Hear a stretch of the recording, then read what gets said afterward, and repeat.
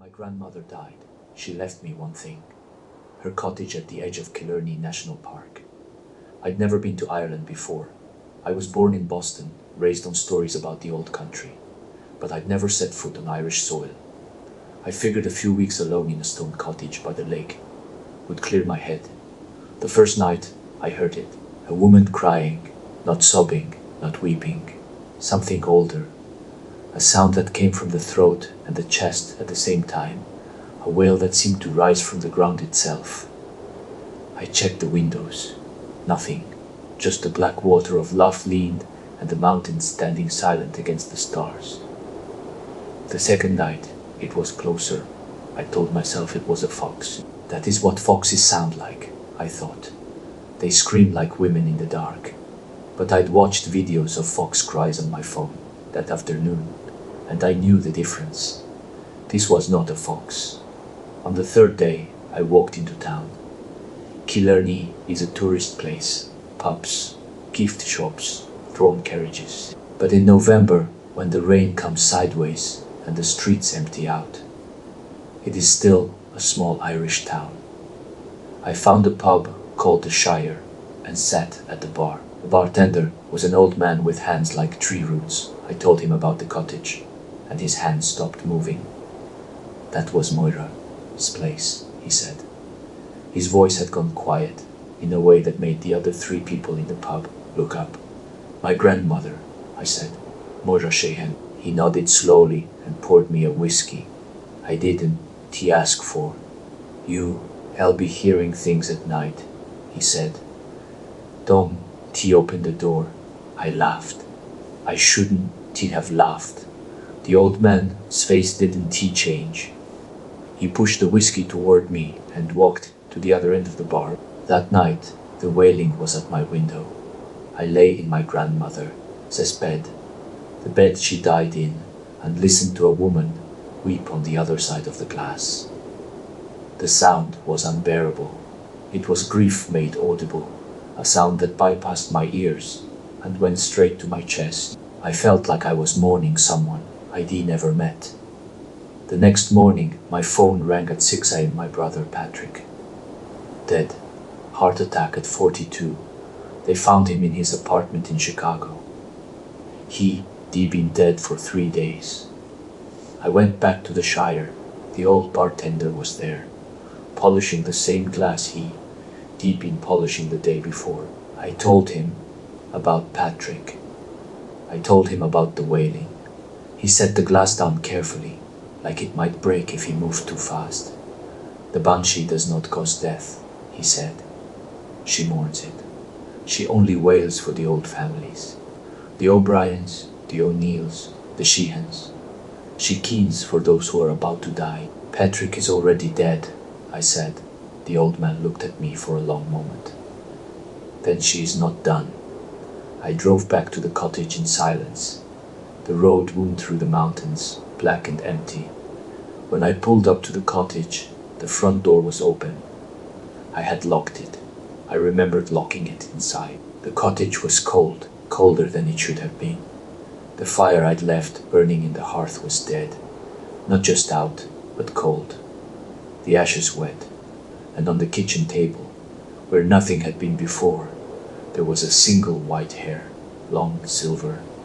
Not mine, not my grandmother's. I didn't sleep that night. I sat in the chair by the dead fireplace and watched the door.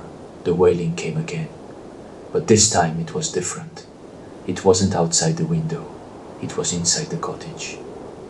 I found her in the bedroom, standing at the foot of my grandmother's bed. A woman in a grey dress, her hair hanging wet and tangled. Her face. I could not look at her face. Something in my mind refused. My eyes would slide off her like water off glass. But I could hear her. I could hear her keening, and it was the most beautiful and terrible sound I have ever heard. She was mourning me. I left the cottage that night. I drove to Dublin and got on the first flight back to Boston. I told myself it was imagination, grief, exhaustion, jet lag. I told myself a lot of things, but it has been 3 months now, and I still hear her. Not every night, not always close. but in the quiet moments, in the space between sleep and waking, in the dark when I turn off the lights, I hear her keening, and I know, deep in the part of me that remembers the old country, that she is still waiting. She's still waiting for me.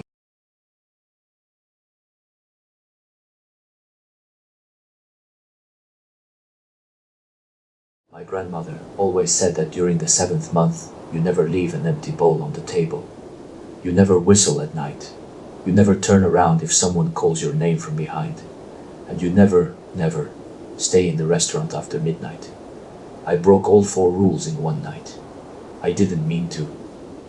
I was working the closing shift at my parents' restaurant in Georgetown, the one they'd run for 30 years. It was August, the ghost month, and business had been slow.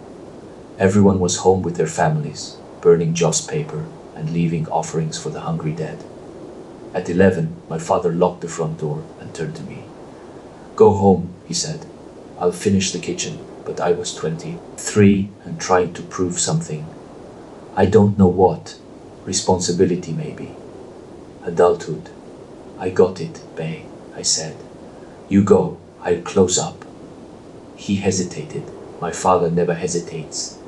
"Don't stay past midnight," he said. And then he left. The restaurant is narrow and deep, a corridor of tables stretching back to the kitchen.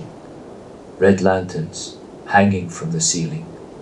Walls covered with old photographs of Hong Kong. At night, when the lanterns are off and only the kitchen light burns, the photographs seem to watch you. I finished the dishes by 11:45. I was wiping down the last table when I saw it. A bowl of rice sitting on table 7, the one in the corner that we never used because the leg was uneven. I had cleaned table 7 20 minutes ago. I was certain of that. I walked over. The rice was still warm. Steam rose from it in the cold dining room air. And beside the bowl, perfectly aligned, was a pair of chopsticks standing upright in the rice. Standing upright. That is how you make an offering to the dead. Everyone knows that. I pulled the chopsticks out and threw them in the trash. My grandmother's voice echoed in my head. "Don't he touch the offerings? Don't he disturb the dead?" But I was angry. Someone was playing a joke on me. It had to be my father testing me, or maybe one of the kitchen staff. I dumped the rice, washed the bowl, and put it back on the shelf. That was my first mistake. At midnight, the kitchen light flickered. I was mopping the floor, and the fluorescent tubes above me buzzed and dimmed, then came back brighter than before. The radio, an old Panasonic, my mother kept on a shelf above the walks, turned on by itself. Static. Just static. Then I heard it click, click, click, the sound of chopsticks. Someone was eating in the dining room. I told myself it was a customer who had somehow gotten in after we locked the door. I told myself a lot of things that night. None of them were true. I pushed through the swinging door into the dining room. The red lanterns were off. I had turned them off myself, but the room was not dark. A pale grey light filled the space, like the moon had come inside, and at table 7, in the corner, something was sitting. I cannot tell you what it looked like, because my mind will not hold the image. I remember a shape that was almost human but stretched wrong, limbs too long, neck too thin, a head that tilted at an angle, nothing living could manage. I remember a mouth that opened too wide and a tongue that was black and dry, and I remember the sound it made as it ate. It was eating the rice I had thrown away, but it wasn't eating the rice from the trash. The bowl I had washed and put away, was on the table in front of it, full, steaming, as if I had never touched it. The thing looked up, its eyes, if they were eyes, found me in the doorway, and it smiled. It smiled with far too many teeth. I ran through the kitchen and out the back door and into the alley, and I did not stop running until I was 3 blocks away, gasping in the doorway of a 7-Eleven. I told him I was sorry. I told him something was in the restaurant. He didn't dare ask what. He just said, "Stay where you are. I am coming." My father went back to the restaurant alone that night. He never told me what he saw. But the next morning, the bowl was on the kitchen counter. Empty, clean, cold to the touch. And my father looked at me differently after that. Not with disappointment, but with something worse. Fear. We still run the restaurant. It has been 2 years. But we close at 10 now, every night. Without exception. And during the 7th month, my father brings the bowl, the same bowl, to the temple at the end of the street. He fills it with rice and sets it on the offering table. Every morning,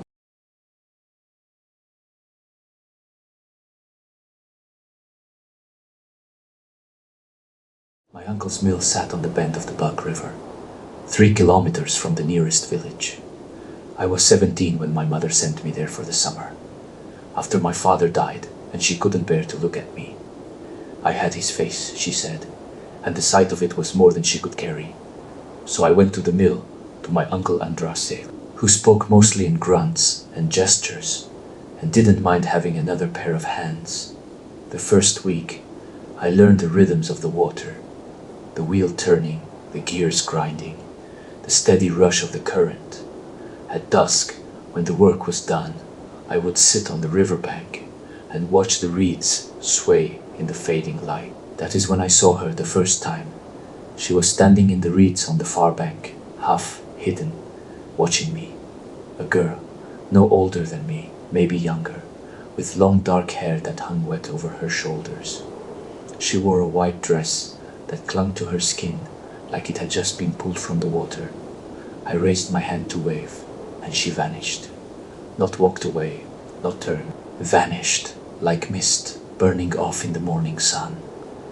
I told my uncle about her at dinner. He stopped chewing. "You saw a girl by the river?" he asked. His voice was low in a way I hadn't heard before. "In the reeds," I said. "On the far bank." My uncle set down his spoon. "Listen to me," he said. "The river is not safe after sunset. There are things in the water that were not always in the water. Do not speak to them. Do not follow them. Do not even look at them if you can help it." "What things?" I asked. He didn't answer. He just pushed his bowl away and went to bed. Of course, I didn't listen. I was 17 and lonely, and full of the arrogance that comes with grief. The next evening, I went back to the riverbank, and she was there again. Closer this time, on my side of the river, standing at the edge of the reeds. She was beautiful, not in the way that girls in magazines are beautiful, but in a way that made my chest ache. Her skin was pale as birch bark, and her eyes were the color of the river in winter. Gray, green, depthless, full of something I couldn't name. She didn't speak. She just looked at me, and then she smiled. That smile was the first thing that felt wrong. It was too wide, too knowing. A smile that said, "I have been waiting for you much longer than you think." She raised one hand and crooked a finger. "Come here." I took a step toward her, just one. I don't know why. My legs moved without permission. Then a bat swooped low over the water, and I flinched. And when I looked back, she was gone. I didn't tell my uncle that time. For 3 more nights she came, each night, closer each night. On the 4th night, I could smell her, river water, and something sweet underneath, like flowers left too long in a vase. On the 5th night, she spoke. "Come to the water," she said. Her voice was the sound of stones skipping across a still lake. "I've been so lonely," I told her my name. "Never give your name to anything that asks for it in the dark." But the words were out of my mouth before I could stop them. Her smile widened. "I know," she said. "I've always known. I knew your father too." My blood went cold. My father had grown up in this village. He had worked at this mill when he was my age. He had never told me that. I ran to the house. My uncle was sitting at the table, waiting. He took one look at my face and poured 2 glasses of vodka. He didn't ask what happened.